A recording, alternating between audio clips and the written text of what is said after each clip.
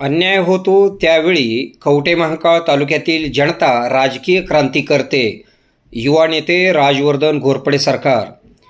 विरोधकांनी विशाल पाटलांचे तिकीट कापण्याचे काम केले. ज्यावेळी अन्याय होतो त्यावेळी कवठे-महांकाळ तालुक्यातील जनता राजकीय क्रांती करते. हा तालुक्याचा इतिहास आहे. केंद्र शासनात असणाऱ्या मोदी सरकारची हुकुमशाहीकडे वाटचाल चालू आहे की काय असे चित्र दिसत आहे. हुकुमशाही करणाऱ्या शासनाला पाय उतार करायला भाग पाडले पाहिजे. कवठे-महांकाळची जनता सत्तेच्या मागे नाही तर सत्याच्या मागे जाते असे मत युवा नेते राजवर्धन अजितराव घोरपडे सरकार यांनी व्यक्त केले आहे. कवठे-महांकाळ येथे काँग्रेस पक्षाचे बंडखोर अपक्ष उमेदवार विशालदादा पाटील यांच्या प्रचारार्थ छत्रपती शिवाजी महाराज चौकात आयोजित करण्यात आलेल्या जाहीर सभेमध्ये राजवर्धन घोरपडे बोलत होते. राजवर्धन घोरपडे यांनी या सभेमध्ये भाजप शासनावर चांगलेच तोंडसुख घेतले. विशाल पाटील यांच्यावर झालेल्या अन्यायाचा पाडा घोरपडे यांनी बोलून दाखविला. युवा नेते राजवर्धन घोरपडे सरकार सभेमध्ये काय म्हणाले पुढे पाहूया. आपल्या भागातील बातम्या पाहण्यासाठी आमचे न्यूज चॅनल सबस्क्राईब करा व लाईक करा. मुख्य संपादक कुणाल कोटावळे, के मराठी न्यूज नेटवर्क. राजवर्धन घोरपडे सरकार.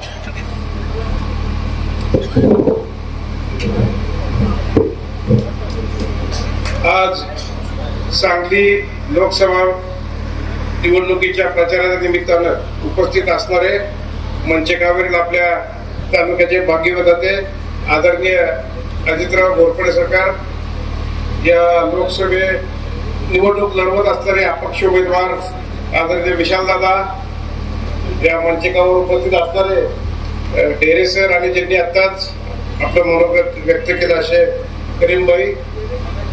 मित्रांनो, लोकसभेची निवडणूक जाहीर झाल्याच्या नंतर जेव्हा असं चित्र पुढे आलं की या सांगली लोकसभा मतदारसंघामध्ये विशालदादांचा अधिक लोकांची पसंती विशालदादा राहील आणि विशालदादांचं वारं या मतदारसंघामध्ये होऊ लागलं, त्यावेळेला विरोधकांनी काही कूटकारस्थान रचलं आणि त्या माध्यमातून विशालदादांचं तिकीट कापण्याचं काम या सांगली लोकसभा मतदारसंघामध्ये झालं.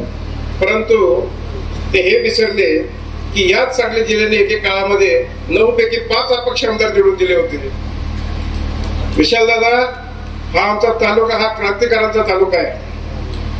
या तालुक्यामध्ये राजकीय क्रांती झालेली आहे. त्यामुळं आपलं ज्या वेळेला असं राजकीय अन्याय होतो त्यावेळेला कवठे-महांकाळ जनता ही राजकीय क्रांती केल्याशिवाय राहत नाही.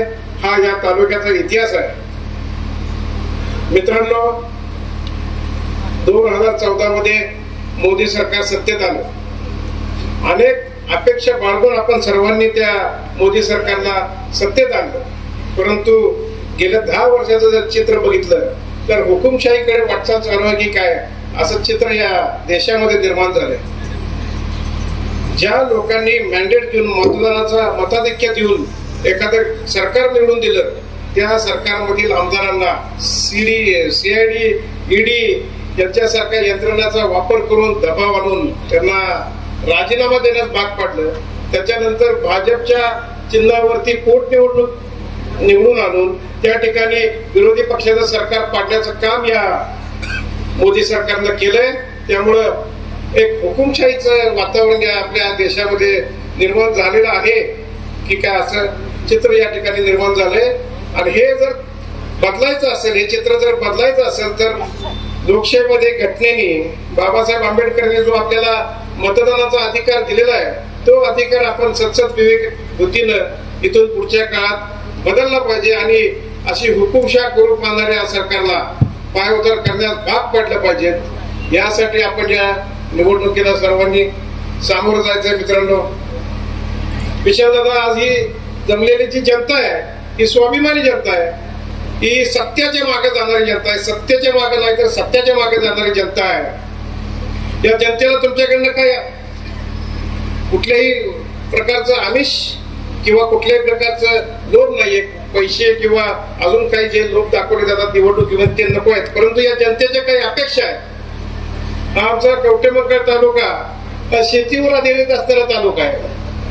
आज आपण निवडून येणार, उद्या आपण केंद्रात जाणार, पार्लमेंटमध्ये जाणार, संसदेत जाणार, त्यावेळेला या विभागातील शेतकऱ्यांच्या ज्या अडीअडचणी असतील त्या सक्षमपणे आपण पार्लमेंटमध्ये मांडण्याचं काम केलं पाहिजे. आज या ठिकाणी द्राक्षासारखं पीक मोठ्या प्रमाणावर आहे, परंतु गेल्या 3-4 वर्षापासून शासनाच्या चुकीच्या धोरणामुळे या ठिकाणी द्राक्ष उत्पादक शेतकऱ्यांना मोठ्या नुकसानीला सामोरं जावं लागलंय. ही परिस्थिती बदलण्याकरता आपण या शेतकऱ्यांचा आवाज संसदेत उचलला पाहिजे.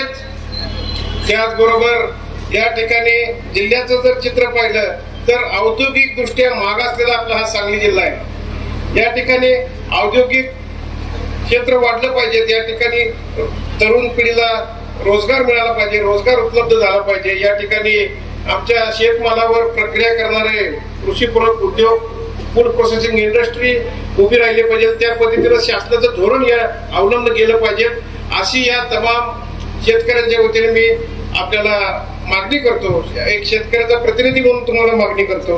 आज या कवठेमहांकाळच्या बाजारपेठेत आपण उपस्थित आहोत, सभा घेतो आहोत. त्या बाजारपेठेमध्ये आज शुकशुकाट आहे, कारण आमच्या तालुक्यातील शेतकऱ्यांकडे पैसे नाही. त्या तालुक्याचं सबंध अर्थकारण हे शेतीवर अवलंबून आहे. त्यामुळं शेतीचं भक्कम नियोजन करण्याकरिता आपण आपली खासदारकी इथं पुढच्या काळामध्ये पणाला लावावी या ठिकाणी अशी मी मागणी करतो. आणि तेवढं केल्याच्या नंतर ही जनता कायमपणे आपल्या पाठीशी भक्कमपणे उभी राहील अशी ग्वाही देतो. आणि तमाम लोकांना विशालदादांच्या लिफाफा या चिन्हावर आपलं मत नोंदवून त्यांना प्रचंड मतांनी निवडून संसदेत पाठवावं, दिल्लीला पाठवावं अशी मी आशा व्यक्त करतो. माझे 2 शब्द संपवतो.